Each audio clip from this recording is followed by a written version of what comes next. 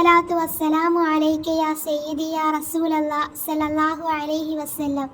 ഇൻഷാ അല്ലാഹ് ഇന്ന് ഞാൻ പറയാൻ പോകുന്നത് വളരെ മഹത്വമേറിയ പുണ്യമുള്ള ഒരു സ്വലാത്തിനെ പറ്റിയിട്ടാണ്.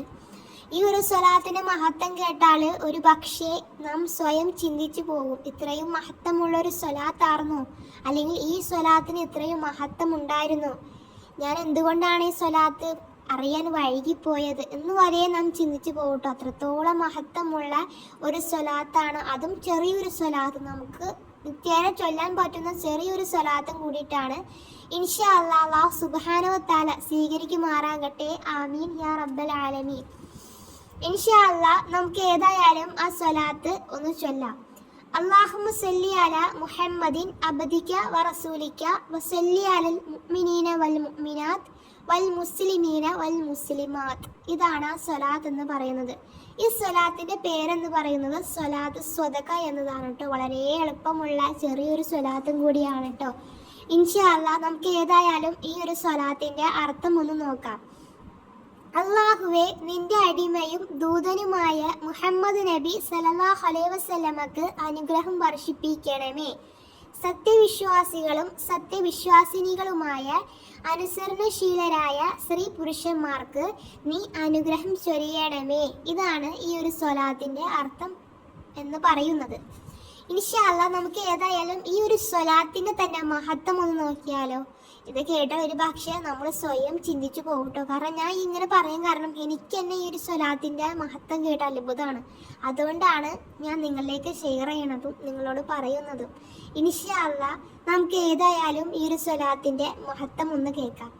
നബി സല്ലല്ലാഹു അലൈഹി വസല്ലമ തങ്ങൾ പറഞ്ഞതായി സ്വഹാബിയായ ഹസ്രത്ത് അബൂ സഈദുൽ ഖുദരി റളിയല്ലാഹു അൻഹു പറയുന്നു, നബി സല്ലല്ലാഹു അലൈഹി വസല്ലമ തങ്ങൾ ഞങ്ങളോട് ഒരിക്കൽ പറയുകയുണ്ടായി, നിങ്ങളുടെ കൈവശം സാധുക്കൾക്കും അഗതികൾക്കും നൽകാൻ ഒന്നുമില്ലെങ്കിൽ അവൻ ഈ ഒരു സ്വലാത്ത് ചൊല്ലട്ടെ. ഈ ഒരു സ്വലാത്ത് ദാനം ചെയ്തതിന്റെ സമമായിരിക്കുമെന്ന്. അതേപോലെ തന്നെ വേറൊരു ഹദീസിൽ കാണാം, അബൂ ഹുറൈറ റളിയല്ലാഹു അൻഹു പറയുന്നു, നബി സല്ലല്ലാഹു അലൈഹി വസല്ലമ തങ്ങൾ ഒരിക്കൽ പറഞ്ഞു, ദാരിദ്ര്യർക്കും സാധുക്കൾക്കും രോഗികൾക്കും നിങ്ങൾ വല്ലതും കൊടുത്താൽ അള്ളാഹു നിങ്ങൾക്ക് സമ്പത്ത് കൂട്ടിത്തരും. അല്ലേ, അങ്ങനെയല്ലേ? അപ്പോൾ ഇനി ഒന്നും സാധുക്കൾക്ക് കൊടുക്കാനില്ലെങ്കിലോ അവൻ ഈ ഒരു സ്വലാത്ത് ചൊല്ലട്ടെ എന്ന്. കാരണം ഈ സ്വലാത്ത് ദാനം ചെയ്തതിൻ്റെ സമമാണ്, ദാനം ചെയ്തതിൻ്റെ പുണ്യം തന്നെയാണ് ഈ ഒരു സ്വലാത്ത് ചൊല്ലിയാൽ എന്നത് നാം മനസ്സിലാക്കട്ടെ. എത്രത്തോളം മഹത്വമുള്ള ഒരു സ്വലാത്താണ്. ഈ ഒരു സ്വലാത്ത് മാത്രമല്ല കേട്ടോ മുഹിബ്ബീങ്ങൾ, ഓരോ സ്വലാത്ത് എടുത്ത് നോക്കിയാൽ വളരെ പുണ്യമുള്ള മഹത്വമുള്ള ദുനിയാവിലും ആഖിറത്തിലും നമുക്ക് വളരെ പ്രയോജനമുള്ള തന്നെയാണ് സ്വലാത്ത്. എല്ലാ കാര്യങ്ങളും അങ്ങനെ തന്നെയല്ലേ? നമുക്ക് മോശമായിട്ട് വല്ലതുണ്ടോ? ഇല്ലല്ലോ. എല്ലാ അല്ലാഹു സുബ്ഹാനഹു വ തആല നമുക്ക് ഇങ്ങനെ ഓഫർ ഇട്ട് തന്നേക്കുവാണ്. പക്ഷേ അതൊക്കെ നമ്മൾ ജീവിതത്തിൽ പകർത്തണം.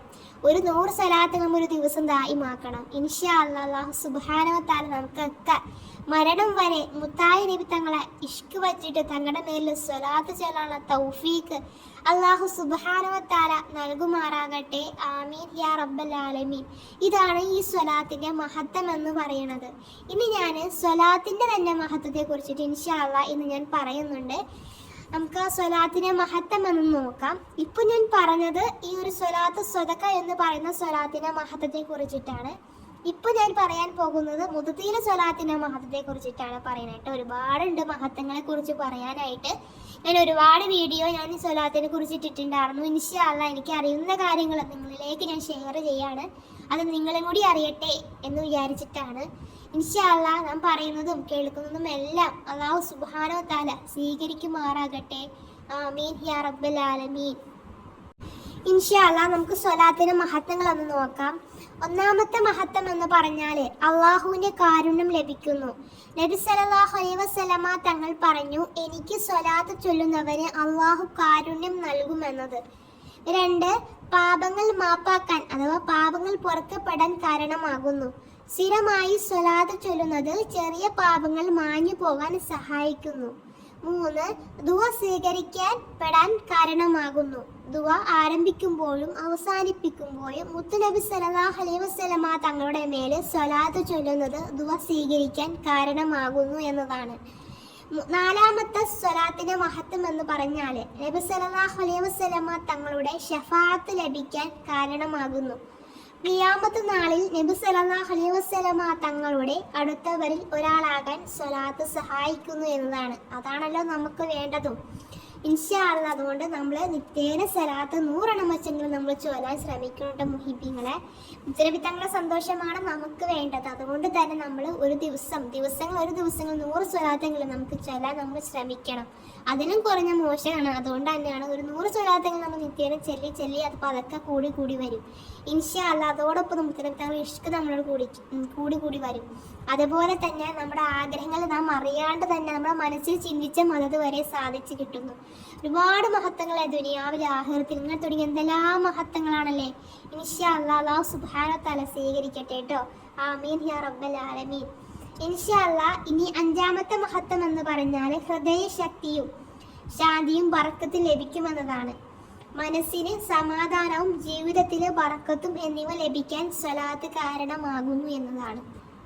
6ാമത്തെ മഹത്വം എന്ന് പറഞ്ഞാൽ നബി സല്ലല്ലാഹു അലൈഹി വസല്ലമ തങ്ങളോടുള്ള സ്നേഹത്തിന് അടയാളമാണ് സ്വലാത്ത് ചൊല്ലല്. സ്വലാത്ത് ചൊല്ലുന്നത് നബി സല്ലല്ലാഹു അലൈഹി വസല്ലമ തങ്ങളെ സ്നേഹിക്കുന്നതിന് മികച്ച പ്രകടനമാണ്. മനസ്സിലാക്കാട്ടോ. അപ്പൊ അത്രത്തോളം മഹത്വമാണ് സ്വലാത്ത് എന്ന് ചിന്തിക്കുക. ഇൻഷാ അല്ലാഹ് അല്ലാഹു സുബ്ഹാനഹു വ തആല നമുക്കൊക്കെ മരണം വരെ മുത്തായി തങ്ങളെ യഥാർത്ഥ മുഹിബായിട്ട് ജീവിക്കാനും മുഹിബീങ്ങളിൽ അല്ലാഹു സുബ്ഹാനഹു വ തആല നമ്മളൊക്കെ ഉൾപ്പെടുത്തുമാറാകട്ടെ. ഒരുപാട് തങ്ങളെ ഇഷ്ക് വെച്ച് ജീവിക്കാനും മരണം വരെ സ്വലാത്തുകൾ ചൊല്ലാനും ഇൻഷാ അല്ലാഹ് പുണ്യഭൂമി ചെന്നെത്താനും ഒക്കെ തൗഫീഖ് അല്ലാഹു സുബ്ഹാനഹു വ തആല നമുക്കൊക്കെ നൽകുമാറാകട്ടെ. ആമീൻ യാ റബ്ബൽ ആലമീൻ. ദുആ വസിയത്തോടെ ഇൻഷാ അല്ലാഹ്.